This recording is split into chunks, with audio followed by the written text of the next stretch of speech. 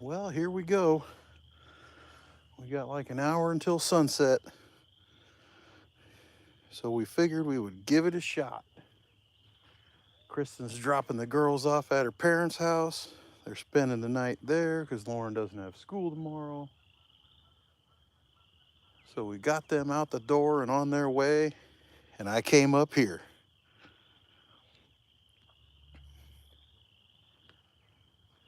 We got some night crawlers in a dream. What's up, guys? Got a couple of medium light catfish and carp model whisker seekers. And over here we have the whisker seeker medium. On the medium, I put a couple little hunks of Asian carp, that dark water bait. And then on the two lighter action rods here, oh yeah, Uncle Lou, she is not here. So I am literally taking my life into my own hands. Because yes, if I happen to catch something big, she will never forgive me. She is spending the night at her grandma and grandpa Cherry's house. So we may not hear the end of this, and then if I catch nothing, she'll probably laugh at me, which is fine too. I don't know why I set that chair there. There's no way I can read chat that far away. Not on this phone.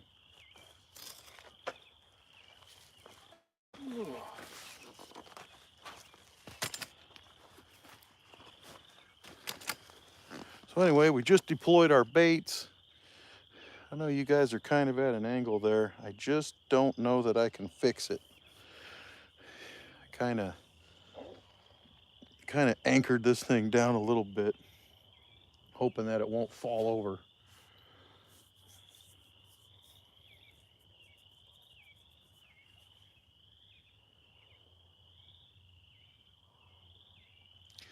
What we got going on here is there's a nice little kind of like a mud flat over here to my right, and then the fish kind of travel from that point all the way over here, but further out is the beginning of the original creek channel.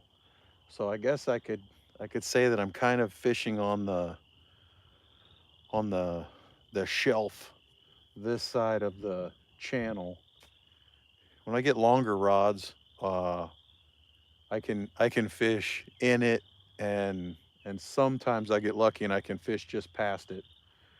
But yeah, there's definitely a lot of activity that usually goes in and around that channel. But the water is bone chilling cold, so this effort may seem a little futile. But my goodness, let's get out of the house, and we are not doing our podcast tonight, so got the kids fed, got the kids out of the house on their way to their grandma and grandpa's, and I came this direction. This is Big Creek Lake. I almost stopped at Saylorville Reservoir. I was very tempted, but it's a bigger body of water, so I just feel like it's that much colder. Maybe that much more a futile effort.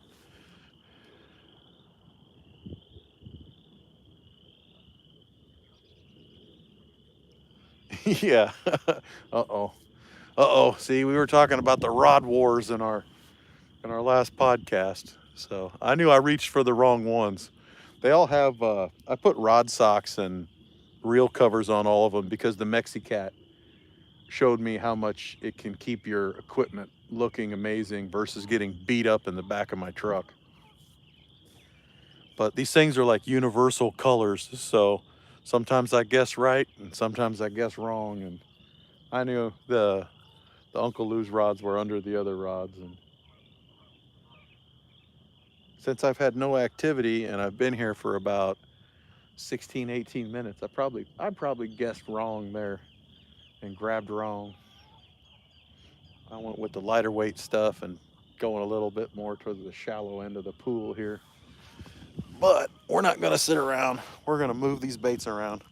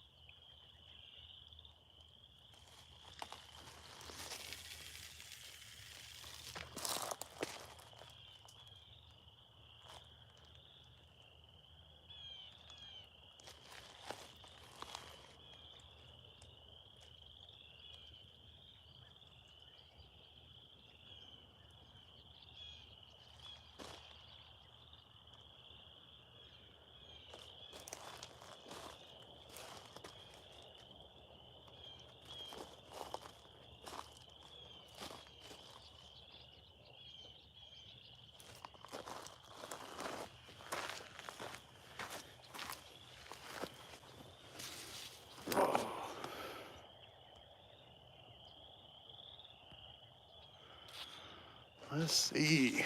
What's up, Mad Catter? What's up, Quiet Man? Palmetto Cats. What do you mean 18 minutes? Come on, dude.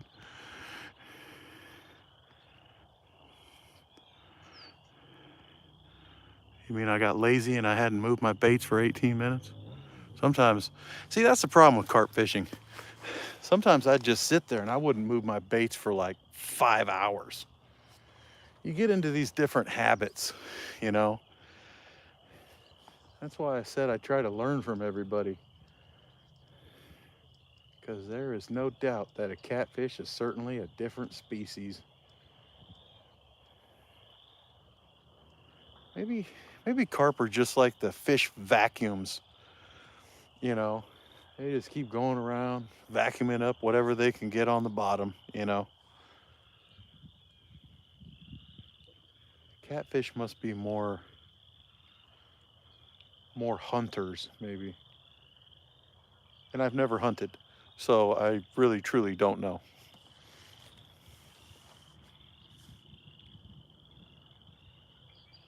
Yeah, there's just tiny little breeze. So those annoying little bugs are all starting to fly around, and I assume that they're gnats. So that's always super fun.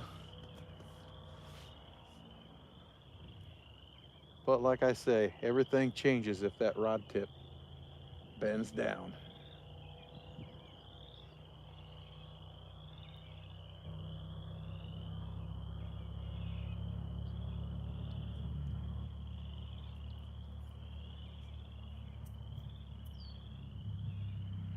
Saw some people sitting on the grass as I was walking down, and one of them had a fishing t-shirt on, yet he was not fishing. And I'm not saying that to make fun of him. I just noticed his shirt, so I figured I would ask him what he thought my chances were of catching a fish. And all he said was, "Hey, we figured it was better than staying at home doing nothing." So they came out and just were enjoying the lake there, laying in the grass. But me, nope, I'll never do that. If I'm anywhere near water, I'm going to have a rod near or in my hands or ready to cast out or whatever.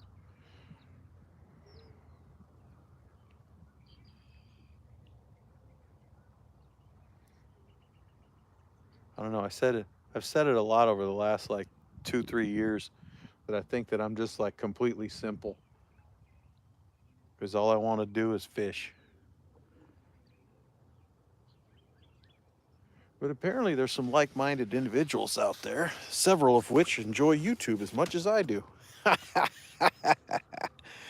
So, no, Uncle Lou, this isn't the. I didn't. Earlier, I was asking about Greenfield Lake, and I've actually been there one time, and I didn't think that it was all that big. But you know what?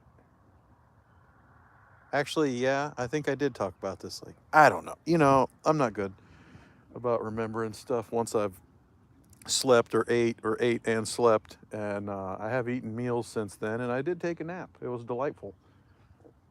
So, but yeah, uh, this this bigger rod here that I threw out, I like to consider the spot where I just threw it out to be my 10-pounder lair, because I've actually caught a couple 10-pound channel cat there, and the Mexicat caught an even bigger one down the bank here a little bit to the left. So they definitely roam around in here. I don't know. I just have this gut instinct that makes me think that there could be bigger fish here that may be easier to catch it or find and catch versus the reservoir, because there's just so much water there in comparison. So, but I don't know. I don't know. I just I just blab and blab and blab. What kind of spinning reels do I have? Well, Derek, that's an excellent question. I'm really glad you asked me that. Currently, I have a KastKing Spartacus 2 on one rod. I have a Okuma Avenger bait feeder in a 4,000 size on another rod. And then on my bigger rod here, this black one, I believe they pronounce it the Samar, Okuma Samar. And Kevin brought up a real interesting thought, something that I'd never considered before on a podcast. In case you didn't know, we do the Real Deal podcast. Have its own YouTube channel. They get posted there, available on Apple and Spotify and all those kinds of places, because Kevin's a good tech guy and I don't know anything about it. And also available to you live if you join the Palmetto Cats Boom Squad. So, anyway, on the Real Deal podcast, Kevin brought up that he was still, searching to figure out, what that one reel is that he could say is the perfect reel for him, and that's the one he's gonna buy a bunch of them and go with it. And I have never, ever in my life ever thought that way. I always thought I want to try them all. or I at least want to try every one that I want to try. And I got to tell you, these these models of Akumas right here are making me think that I might not need to try too many more. They're pretty nice. I'm always lurking for a deal. I have the Samar is black and red. And I have to tell you, I'm sick and tired of everything being black and red. But it seems like just about everything that gets made anymore is, for a reel, looks like half of them are black and red. And so I definitely lean more towards the silvery reels. But in the past, I always lean more towards the black reels. But this Akuma Samar just came out in a special run, and it is tactical green. So the other day, Lauren saw me looking at those, and she's like, "Come on, Dad, you don't need any more rods." And she's like, "Oh, you're looking at reels." I'm like, "Yeah, I'm looking at reels." She's like, "Ooh, those are awesome. You should get 3 of those." So I did order 3 of those. They only come as high as a 4,000 size, and these last couple of years, I've been really stuck on trying to get 5,000 and 6,000 size spinning reels, and I have enough of them. And then now we found a pond close to our house, so now I'm thinking that my equipment's too large and I need to use some smaller equipment. And I got to tell you, I do love my vintage Shimano spinning reels, but I've also given quite a few of them away, and I didn't really want to go down there and try to figure out where in the vault they were. So I figured, hey, I'm enjoying these Akumas lately, so, and the, price is cheap. If you can get a reel for, anywhere between, you know, 38 and $58, I don't think you can really complain about it. Not with this level of quality. I mean, these reels will probably outlive me. So that's what I'm going with. And I wonder how long ago you even asked the question, because I have the tendency to ramble. Ramble, ramble. What's up, Dave? What's up, Green Machine? I personally think chances.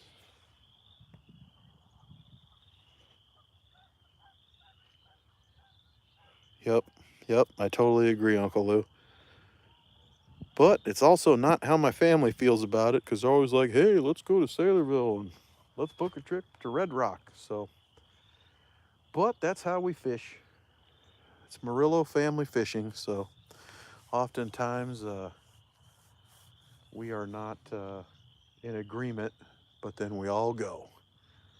Um, I actually was thinking that next month you might tell me just to drive up north closer to you, and we would try to go after some bigger fish. But hey, we can do that too. Wherever we want to fish, we can fish. And for that matter, we could probably try to fish twice in that week. So if one's further away from you and one's closer to you, so be it. Get some fishing in, have some fun. What do you guys think? Time to move the baits? I think it's time to move the baits. Oh, yeah, Green Machine. I definitely need to come down to the James. Yeah, I was thinking about Mendota, and I do actually think that I might have that weekend off now. Um, but I'm not certain. And Lauren still has T-ball and school. So if I did something, it would probably have to be just me. However, I'll do anything, whatever day Uncle Lou can do anything that week, and that includes taking Lauren out of school if necessary. Because hey, she said that the top of her list is fishing with Uncle Lou, and she knows she's going to get to fish with Spencer, River Certified, who did just go over 100,000 subscribers. So cheers to you, my friend. That is some awesome work. I love it all. I like the podcast that he does. I like the videos that he does. And I sure enjoy fishing with him. So super awesome, super cool, so helpful. And That guy is so cool. He'll even send me messages and he'll be like, hey, it'd be a good time to go fish up on this side of that lake right now, you know, and yep. Lets me know when he's eating walleye for breakfast. I mean, how cool of a dude is that? So, anyway, I think we need to move these baits because our time is short and we're giving it every effort that we got.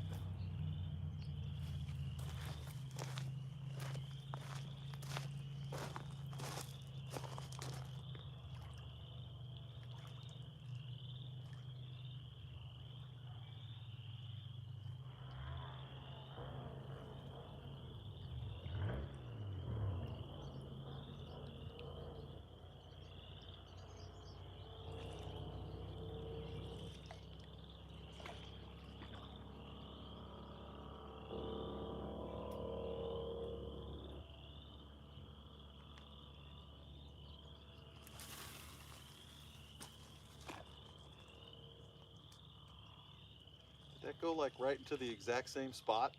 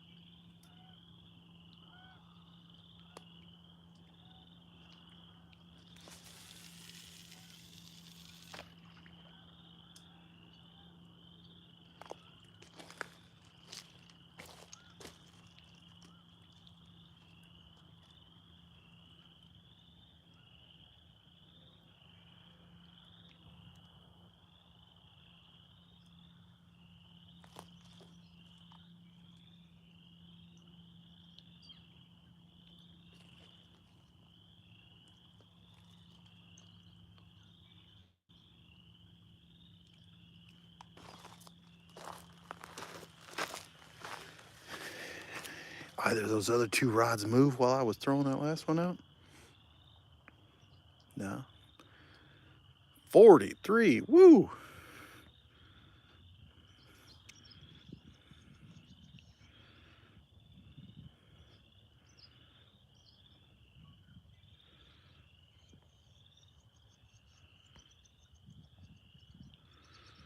What's up, MT? Yeah, can you believe it? I'm fishing and I'm live. Crazy.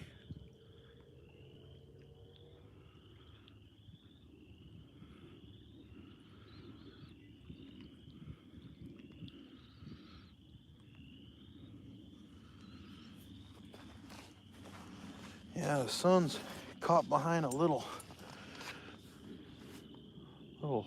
patch of clouds right now, but it's gonna set down underneath it here in a bit. It might actually be funny to y'all, but I don't even have a battery and like a Compex light for myself. All this time, I've just been helping other people with batteries and helping them figure out their setups and such. And I just sent a battery out the other day. I love it too. One time, I actually calculated up all the UPS fees that I had encountered during 1 year of sending people reels and rods and deep cycle batteries. And then I stopped calculating it because it was more than a truck payment. I mean, by a long shot. So I was like, nah, we don't need to keep that sort of data. Let's just let's just move forward and know that our heart is full. And that's much more important than numbers. So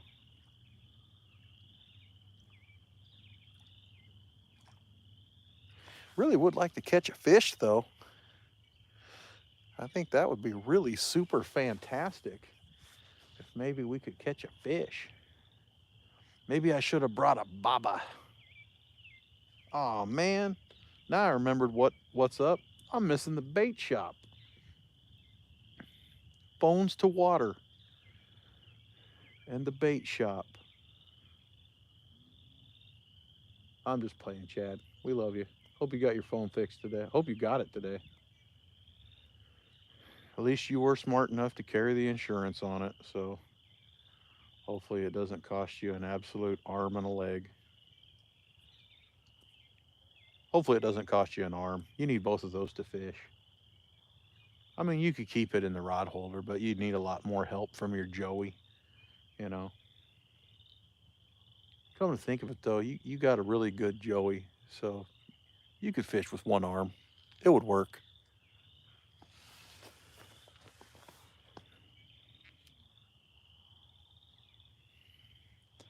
You know, it looks a whole lot brighter out here when I take my sunglasses off. Yeah, I think that's going to help a lot. Man, how's Palmetto in my chat? Come to think of it, we were going to be podcasting, but I thought you said you had a late practice or something. Band practice?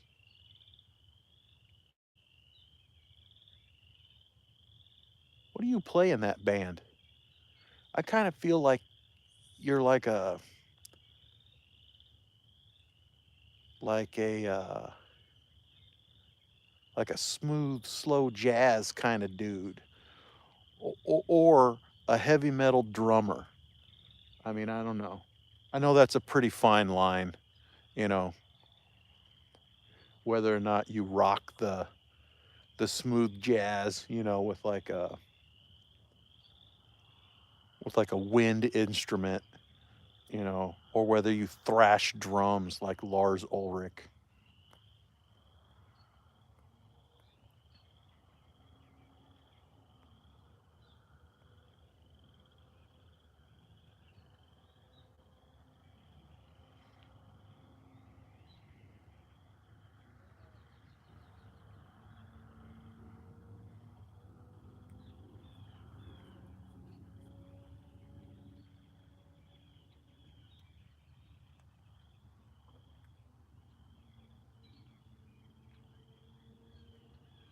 Nope, I don't see any rod tips moving.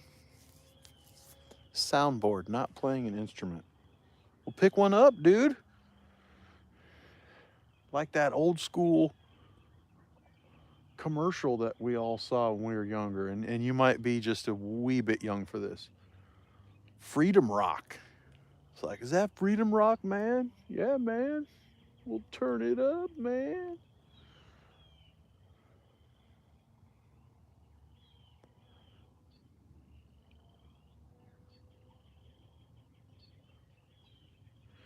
You know how people always say that they try to read the water? There's like barely any wind right now. And I can really see that the water is definitely either moving differently uh, over some items, or maybe there actually is some like actual legitimate movement And there's literally like no boats out here right now. And what I will say is, I don't know how to read water. But if you understood how to read water, if that's really a thing, I mean, I would have to think if it is a thing that it would be like, most of you guys would know how to do it, like Green Machine, Dan, and Stan 3, who at this point I am seriously thinking that both those guys are probably from Atlantis. So how do you say that? Atlanteans? Is that how you say that? The sea people, Aquaman and such. So, and is it a coincidence that Aquaman was in green? I really don't think so. I really think that I really think that Dan might be Aquaman. But certainly Stan 3 also shows those Atlantean characteristics. And, is it any coincidence that they found each other? Probably not. I mean, I've watched the movie Aquaman, so I really think that this is probably a solid working theory. But anyway, getting back to that reading the water, I always feel like uh, most of my fish come at this spot because I can fish to the left, I can fish to the right, I can fish further out. I really feel like most of them come from right where that channel begins. Although the exception to this is over here in what I call the 10-pounder hole. Um, Now I've hooked up several times. I want to say it's five five or six times. I've hooked up more shallow and off to the right over here. And the fish knew where to go to swim to the middle and snag me up and break me out. Now I couldn't turn these fish. I couldn't raise these fish.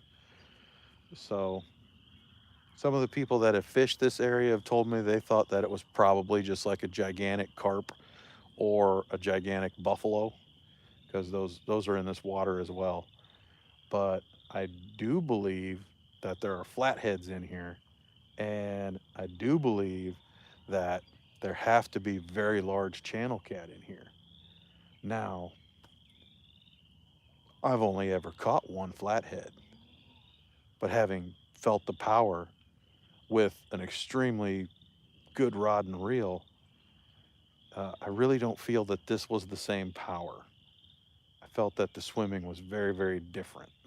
But I was on a boat then too, so I don't know how the power of a flathead from the bank would be. But yet here I am again with medium light equipment and a medium rod. So apparently I haven't learned from my failures. But who knows? Maybe these rods got the juice. Last year I caught a couple of those big channel cats, those 10-pounders on Uncle Lou rods. But an Uncle Lou medium heavy doesn't mess around.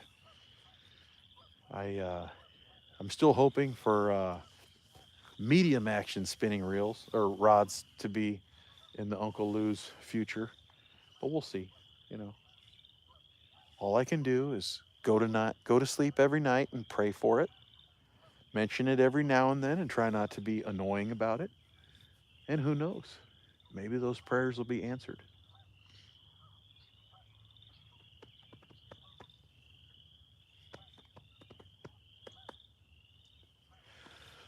What do you think? Let them sit for a little bit or move them again? I felt like I kind of moved them last time a little bit quicker, but why not, right? I mean, that's just fun. Uh, oh, everybody's acknowledging everybody in chat except me. Way to go, host. Way to be. I missed Tim Molina coming in here. I missed Mr. John. What's up, John? Murillo, let's take a trip out and fish with them. Yeah, where are we going? You just tell me, Uncle Lou. I'm in. I'm in. Let's see. Yes, see, right there. Stan is admitting that his son is from Atlantis. I knew it. Vincent Fowl, sup my man? How's Kazi? Yup. Avid. There's our buddy. Oh, we got Panfish Nation tonight too, right? Hopefully I'll get home in time for that. I, I'm pretty sure that I won some jigs on their show last week, but I didn't email Mr. Lyle or Mark yet. So I need to email one of them or text both of them or whatever and figure out what happened. Um, I'll admit, actually, we were podcasting, and I just happened to look down and I saw that they had the hashtag for a giveaway up on their screen, and I had the music cut, but I didn't know if we were going to catch the end of that show or not or what, and our podcast ran just a little bit long, and so we happened to miss it. But I'm pretty sure I saw myself win on there, and Lauren absolutely wants crappie jigs. She is so excited. I told her, it's like, we got to start fishing for crappie right now. Now is the time for the crappie. But I have to admit, too,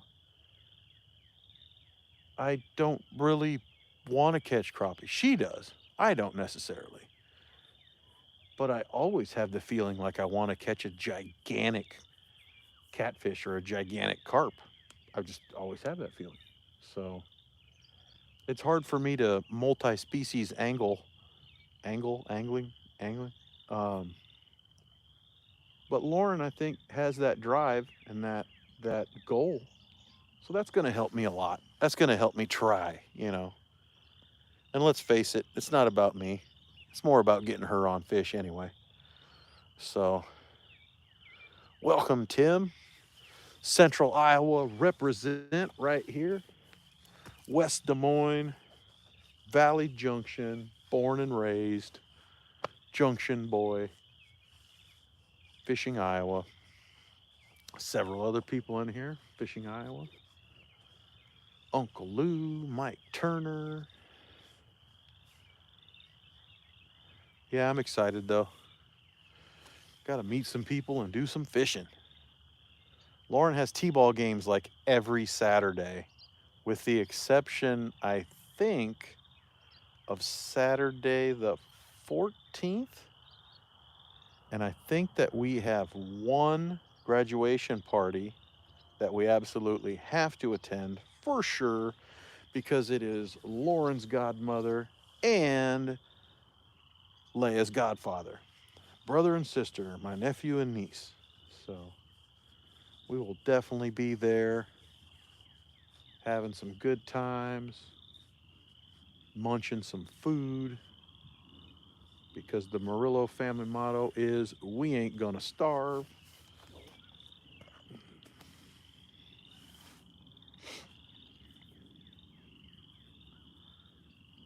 Yeah, I was thinking about buying myself one of those Compex lights since there's like a 30% off on Amazon right now. And then I thought, well, when do I actually get the chance to fish at night to where I might actually want to extend that fishing a little bit and utilize a light? So then I didn't push the button. I went a different route on a purchase. And now here I am with the chance to fish into the evening hours.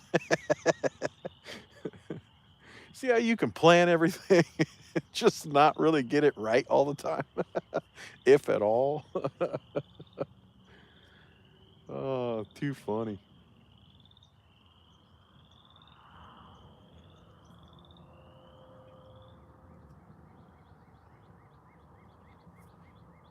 You ever not caught a fish for so long that you can stare at the line and you just like, hey, wait, it moved. And you think that the line moved, but the rod happened to not move? What do they call that? I mean, dementia is a wide word. Um, I guess it would have to be called fishing dementia, probably, where you just think that you had a hit even though you didn't. Other forms of fishing dementia would also include hearing the drag peeling on your reels. Don't you just have that happen to you every now and then? And you turn around and you're ready to grab one of your rods, but nothing's moving.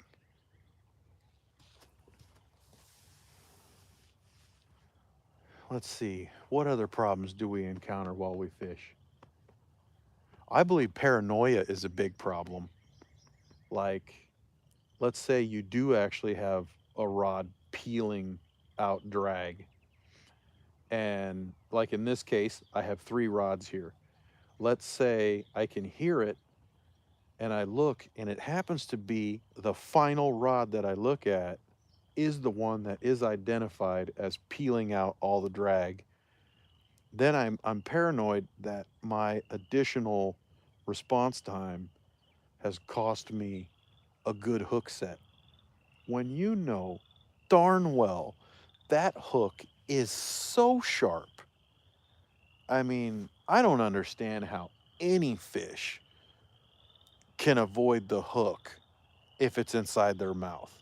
Because when I rig up these lines, I'm telling you, Lauren goes and gets me band-aids and she's like, "Here, Dad, you're gonna need this because you always cut yourself and hook yourself when you're getting ready to fish and you get the tackle ready." Man, these hooks are sharp. I love them. I could probably sit there and make rigs all evening long and be totally happy about it. I mean, my hands wouldn't be happy about it. My hands would hurt. Type 2 diabetic, you just run out of energy, you run out of this and that, you just can't do everything all the time, but or that repetitively. But yeah, I made some rigs. Y'all are gonna laugh about this. I made a bunch of rigs on some like some demon dragon. They weren't demon dragons, actually. They were from Catfish Sumo. They had this super mega sale, so I bought some of the stuff. And so I made up these rigs with these sumo floats on them, and they're smaller. They aren't a big, huge float. So, given the fact that most of the time my family fishes in a lake, I'm like, good enough. It'll elevate it for them.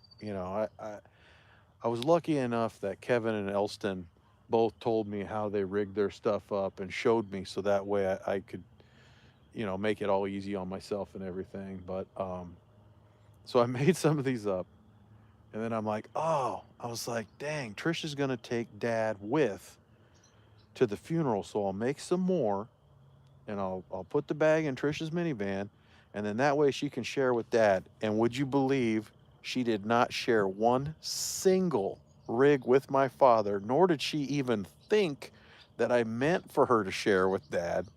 And I'm like, no, really, I made more so that way you could share with Dad. And she's like, I thought you were kidding. And I don't know. I don't know if anybody's gonna buy this either, because I guess this is just like a stream of, please, dear Lord, give us a fish while Mike just rambles. But I seriously am the jerk of the family, and I'll say jerk because I don't want to say the 7-letter A word that ends in hole. So, true or not, at times, absolutely true. Sometimes, maybe just misunderstood, but still, maybe I don't say things right all the time the first time to family members. Maybe I'm just too, I let the words slip out before I really cultivate what it is that I'm trying to say. But I got to tell you, I was pretty impressed with Trish that day. It's because I actually did make that many rigs with the intention of sharing with more people. And Tone came over, and I let Tone I gave Tone a little, one of those little plastic snap boxes. And I'm like, you put in this whatever you want. I was like, but these are the pieces, and we got Uncle Lou rattles, we got any kind of hook you might want, we got whisker seeker, this and that, mad cats, beads, whatever, anything that was inside there. I didn't care. Take whatever you want. And, but yeah, then I also realized how many rigs am I actually going to lose when I barely get to fish anyway, you know? But it sure was fun making them. It's almost therapeutic, I think. I think it's therapeutic to fish. I think it's therapeutic to uh, to talk about fishing. I think that it is also very therapeutic to make something with your hands, to do something with your hands. Now, I was reminiscing the other day about working in a bicycle shop. And I worked there because I wanted a discount on hockey equipment. I wanted an employee discount on hockey equipment, plus the opportunity to maybe buy some of the salesman samples, because hockey equipment's expensive. But who didn't enjoy riding their bike when they were a kid, and who didn't enjoy taking mechanical items apart and putting them back together and successfully? I mean, obviously, if you struggled with it, you're not going to enjoy it, but I enjoyed that when we were younger. So it was really cool to build that bicycle, and then to be old enough to be the one out there on the sales floor helping the kid out, helping the parent out with the kid who had this dream bicycle, you know, and put that joy into them. Like some of the kids, they work their paper routes on the bicycle that their parents bought them from, wherever, Kmart or Montgomery Wards or whatever it was back then, J.C. Penney, whatever. And but then the bike starts falling apart, and then they realize they got to save up some of their own money and buy themselves a really nice bike, and that'll help them a lot with their bike route. And then they realize, hey, I am making good money, and maybe I'll buy myself a nice bike to, enjoy rather than, just have as a work bike. So a lot of that, and then let's face it, there's lots of people that have lots of money, and so you would see some real high end equipment, some really nice bikes. So that was pretty darn spiffy too. And then we also just had the opportunity to work with all that hockey equipment as well, and they had treadmills and exercise bikes and all sorts of exercise equipment in there, and that was pretty cool. But anyway, yeah, I was thinking about that the other day because, oh my gosh, has my hip and my knees been killing me. And I think it's what the doctor always said. He's just like, people your size don't usually play this sport for very long, and you're going to pay a toll for it later on. So he convinced me to stop, and I did, but I think I'm just too big anyway. I need to cut like 100 pounds, but there's a few of us that probably need to do that, and I know at least one of us is too stubborn to put in all that great of an effort. So, but yeah, that made me think about working at the bike shop and hockey equipment and all kinds of stuff.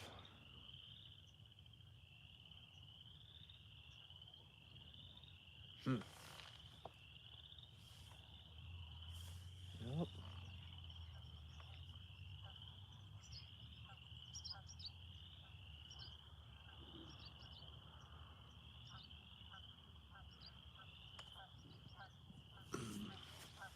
Well, this may continue my incredible streak of being skunked on live streams.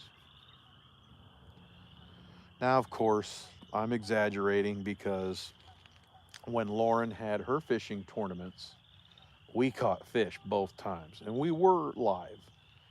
But I mean, whenever I'm fishing by myself, I don't believe that I've ever caught a fish live on YouTube. But, and I even stopped for a while just because I was so disappointed about it. But nah, this is too much fun. Plus, it's whatever you want to make of it when you want to make it. you know, that's really all it is. If you want to have some fun here or there, go for it. You want to do a talk show, go for it. You want to get involved in an online tournament, go for it, you know. It is what it is. It's whatever you want to make it. And that changes. Everybody's got different goals. And earlier on a show, someone was saying how they were upset with someone else, and it's obvious that those two individuals have very different goals. And it was just kind of sad. Kind of hope the best for both of them, and that's all you can do. Say a quick prayer, hope that they both come out of it. And so I was on my way up here, and I was at that same crossroads too, trying to figure out, well, what's the goal? You know, is the goal always to catch a fish? Well, I'm fishing, so yes, that is actually always the goal. But the goal is also to enjoy yourself, enjoy your chosen lifestyle. Some people call it a hobby, some people call it a sport. And while I may call it that every now and then in the right context, to me, it's lifestyle because this is all I want to do. I can sit here and stare at these rods and I'm totally happy. Now, I'd be even happier if one of them, started to bend the rod tip towards the water. But and then you got YouTube, just sort of adds to the whole thing. Just sort of adds to the whole thing. I can say with complete certainty that I've met some of the most amazing people I've ever encountered over these last few years. And, you know, uh, take it back even further. I mean, obviously, the most incredible person I ever met was Kristen as she walked through my warehouse. And, thank God I actually paid attention. And as it turns out, she's an extremely patient, understanding, and tolerant individual who, for whatever reason, tolerates me still. So that's great. Um, then you got other great friends, like I said, that I met here. I mean, these are people that there's no way you ever would have met them any other way. Now let's talk about right now, anyway, because you take it back, to the early '80s when I'm playing in the dirt, you know, and still pee in the bed, you know. Did I ever think we were going to have these powerful phones in our pockets that we can go live and 13, people can be in here watching me skunk out, another hour of fishing, and these people interact so much, interact so well, and that includes competition, that includes encouragement, that includes equipment, because some of these fantastic people are um, equipment makers, like Uncle Lou and Chris Flores. And um, shout out to my buddy Austin for making these rod holders.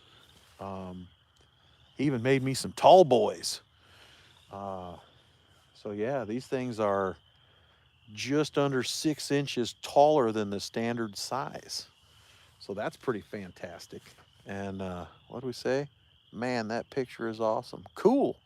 Because I got to tell you, I don't know how to do any of it. Um, I don't know if we're 720p or 140 or 180, whatever the lowest one is. I don't know, but here we are.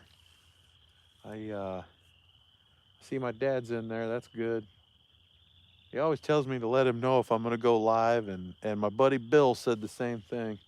Our buddy Bill, I just got off the phone with him, but I told him I was going live on YouTube. So I told him, I said, no one's in my spot. I'm doing it. So I was kind of hoping to fish off this dock, that's just a little bit south of here. Although I've never caught anything on that dock ever. Um, I really should have hit Trish up for some bait. I had talked about it a couple days ago. I was like, hey, I think I need a package of bait out of your bait freezer. Because she's got some green sunfish in there and some bluegill. And, come to think of it, I think that's, well, that and some crappie has been the most successful bait that I've ever used versus catfish. Shrimp is always pretty effective too, but like Uncle Lou said, there's plenty of eater-sized catfish in the reservoir. So if you feed them a half piece of shrimp or a piece of shrimp, and harvest the catfish, you actually are probably, you know, getting more return on your investment. But I'm just catch and release. I don't want them. That is a pretty cool picture, though, come to think of it. Yeah, Stan, that's another thing, too. We get that cruiser going, and then I could see Trish being out here a little bit further. And if she can get out there just a little bit further, I think she can get right on top of that channel. And then she might be able to take that channel clear across this whole lake. I believe this is a no wake lake. Nobody fully adheres to that, or maybe it's not. I don't know. Maybe there's just a horsepower restriction. Almost caught a pontoon boat here a few times.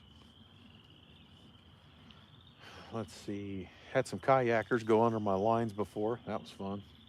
Lauren yelled at him. You should check that video out. It's pretty cool. I think she was 3. No, maybe 4. 3 or 4. That was funny. Yeah, now it's a little cold, so I don't feel those bugs all on me either. So maybe that little temperature change was a nice deal. There's also a little spillway that connects this lake to that reservoir. And I thought about fishing right there because the last time I fished there, I could have swore there was a big catfish, and I thought probably a flathead, but there was definitely a big fish that was way smarter than me that kept stealing all my bait. Oh man.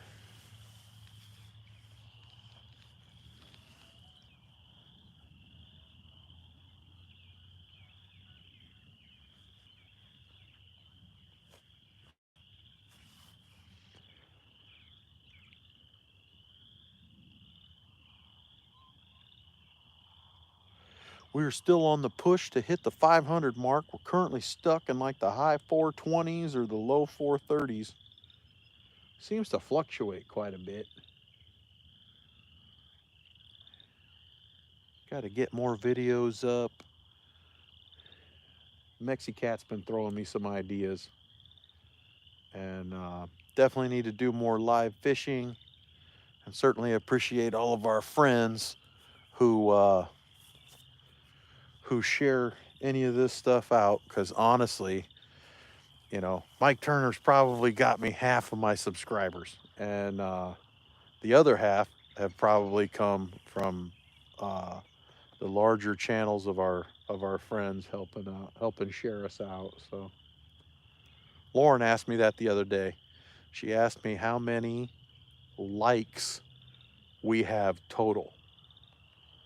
And I don't know why she wanted to know that number versus subscribers or videos. She did ask one day how many videos we had up. And so it was kind of interesting. And maybe just a little bit more sensible to try to look at everything through the eyes of a child versus the eyes of an adult. She's like, hey, if we got more than 100 likes, we're doing pretty good. And I thought that she meant on one video, but she said no, she meant total. And I also think that that's influenced because I don't believe in kindergarten that they require them to count over 100. So I think that she's just putting two and two together there, and her school experience with the YouTube experience and the fishing experience. And I was trying to explain to her how River Certified has 100,000 subscribers. Hit that plateau today, that mark today. And I don't know, I think 2 years ago he might have been in the low 60s or maybe in the 50s. So yeah, just incredible growth and success. And several of our friends have gone over 10,000, approaching 10,000. Several of them have gone over 1,000, and next thing you know, they get over 2,000, over 3,000, and it's way cool. Way cool.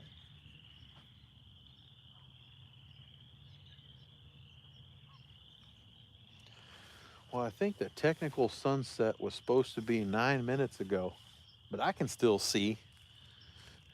What do you think? You all can still see, right?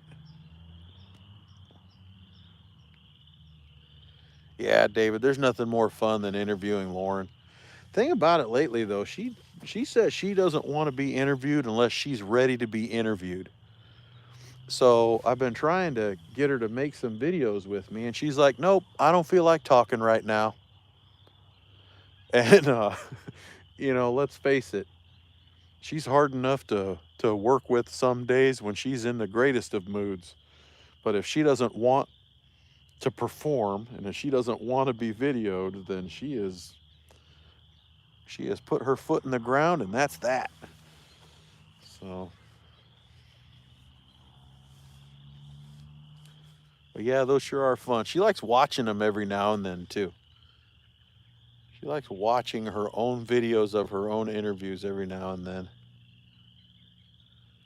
Yeah, Stan, you didn't think about the channel growing until it grew. That's awesome. Well, that's good. I think a lot of people get flustered and upset and concerned. And when the Mexicat first started his channel, he pretty much had it all paved out. He knew exactly how he felt he needed to do his videos, how often he felt he needed to do them. And he really thought that he just road mapped out exactly how to get to 1,000 channel subscribers in 1 year. And he liked the way that it was all mapped out. And then life gets busy, you know, work gets busy, or if your kid has an illness and you're busy caring for your child for a week or 2 weeks or whatever it may be, and then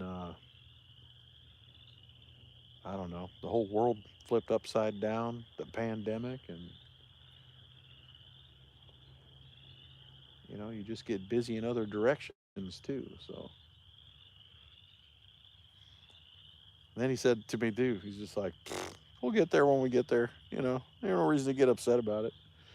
You know, he's like, let's just go fish and have some fun. And he's got the GoPro, and he'll make his videos in that. I really can't believe that the last 2 or 3 ideas that I tried to pitch him on, though, he didn't jump all over them. Because I'm telling you, I thought I had gold.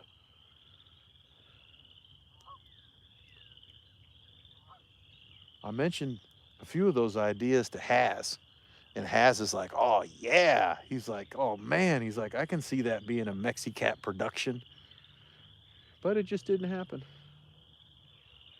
Maybe later in the year, get some more footage.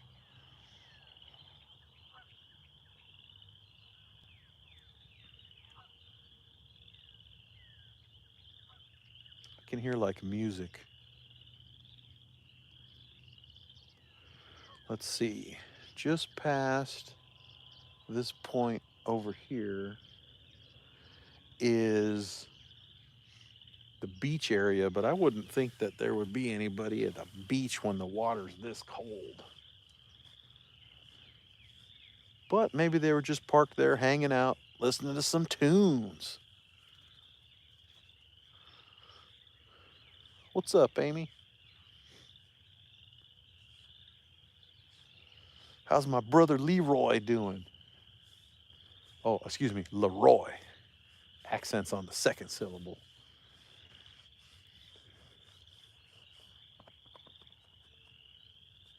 What do you think of the Hawkeye T-shirt, Amy? I sent that to him quietly, just seeing what he might say or what he might think. Yeah, Dad, I forgot to tell you that I sent Lee Evans a black Hawkeye shirt with a gold tiger hawk on it. Then I told Uncle Lou about it, and he was all excited. So,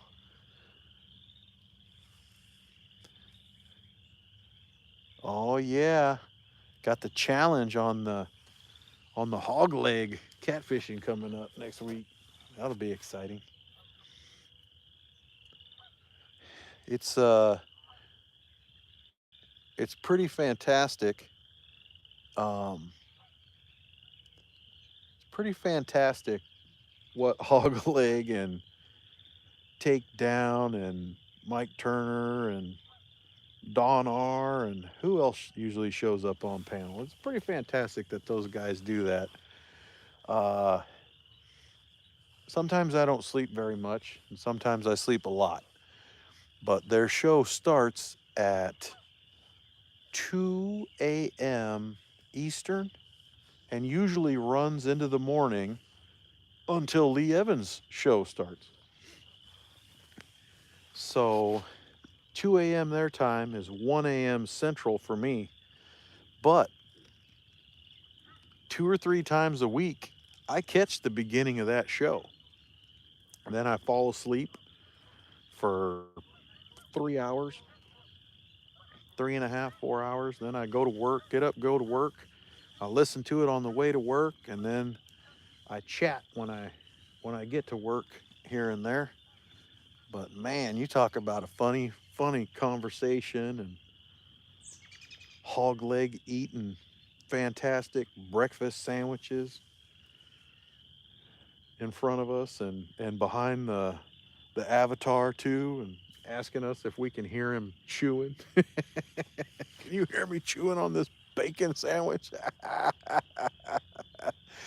Oh gosh, they're funny. I can't say that I understand everything that Kenneth, who is Takedown Catfishing, says, because he does have an accent, a southern accent. I can't say that I understand everything that he says, but I will say that when he talks and he really gets going, that makes me laugh. I am hilarious. Yeah, yeah, Amy. Every time that hog leg touches that vape thing, I always just want to be like, yes, the dark side of the force. Oh my god. Oh, that's what it is? It's like a bayou type accent? I can't I'm telling you, sometimes he gets going and all I can understand is when he slows down a little bit and he gives you that mm-hmm, mm-hmm. Oh, that's too funny.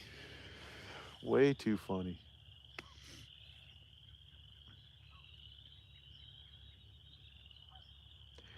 Well, I move the baits like every 10 or 14 minutes there at the beginning, and now I think we let the bait sit for like the last half hour.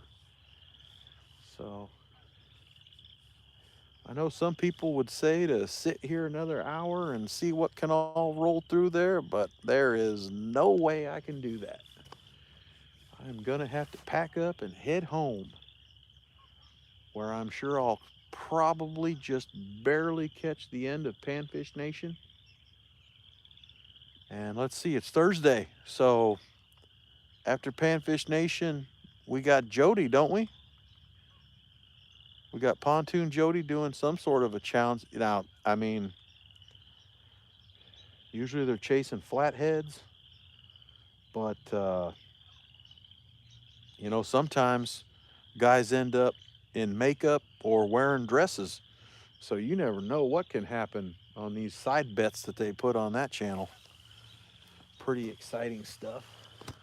So I will start to get some of my tackle organized here. as to hope to leave the rods in as much as possible.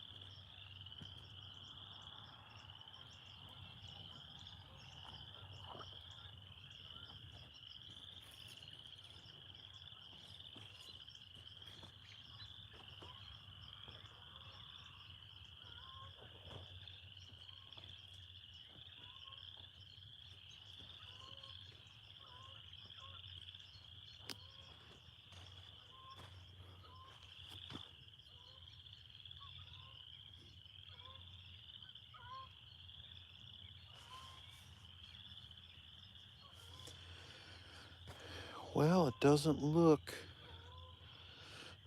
like any of these rods want to move.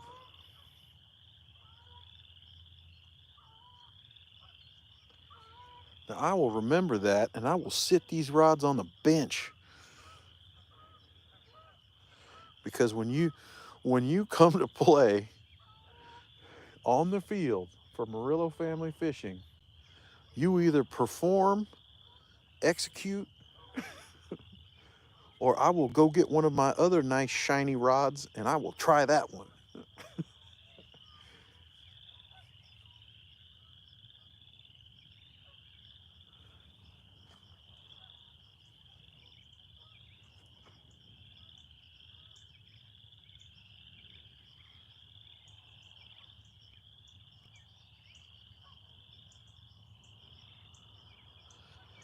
Yeah, that is a pretty nice view. I know it's kind of strange that, usually someone's sitting there and they're facing the camera and they're, you know, uh, talking and not missing any of the chat and this and that. But I just kind of thought that a nice sunset might be a nice little view for a while. Amy, the blonde bomber returns to action Saturday afternoon. She has told me that she does not want me to record her anymore, so I'm very disappointed with that. But I continue to do it anyway because I'm the dad, and what I do, I'm going to do. And I try to explain to her that she has many friends and family who want to see what she's doing and how she's doing. And that's why I have to make the videos and I have to take the pictures. And then I realized that I have failed to upload the ones from Tuesday night. So I need to do that when I go home. So I'm going to pack up here, catch the end of Panfish Nation, and then I'm going to try to put some more up there. And hopefully she doesn't get too upset about it. So, yeah, for sure. And she definitely told me she does not want me to go live for the whole game anymore. And then other people are just like, other people probably going to be like, dude, man, don't record my kid. I'll be like, tell your kid to get away from my kid then, because my kid's gonna belt this ball, No, I'm just kidding. I probably wouldn't say that. I would just be like, oh, okay, and keep doing whatever I was doing. But well, I'm gonna use this remaining sunlight to pack up my stuff and head on down the road. Like I said, hopefully catch some of that Panfish Nation.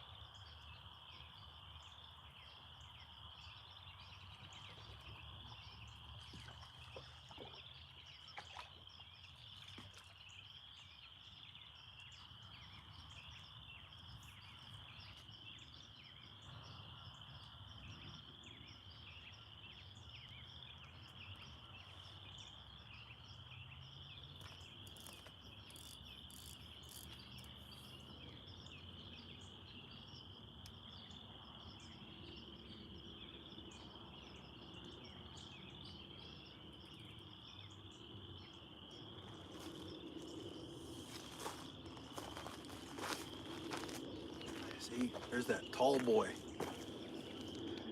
Muddy, muddy river rod holders.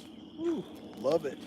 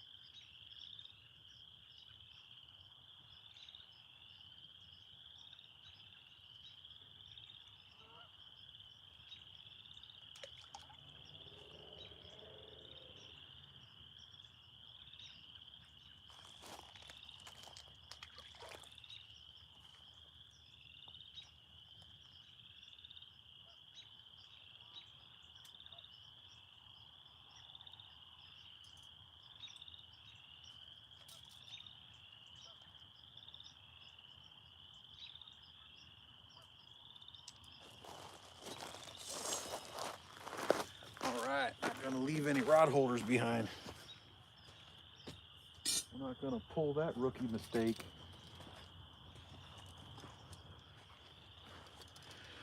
Well, there's the final sunset, and I will end this live. Thank you all so much for coming out, enjoying it. Nice view right there. We will do it again, hopefully with Lauren, and hopefully with some fish. But anyway, thanks for coming out. Move on over to the other live streams and see what all's going on. But yeah, I know, Chris, and I gotta go. It's terrible. Whoa, uh-oh, I pushed something. Yep, my time is up. But anyway, thanks everybody. Go check out Panfish Nation. Check out Pontoon Jody. They're coming up. They'll show us some catfish. Catch y'all later. Bye bye.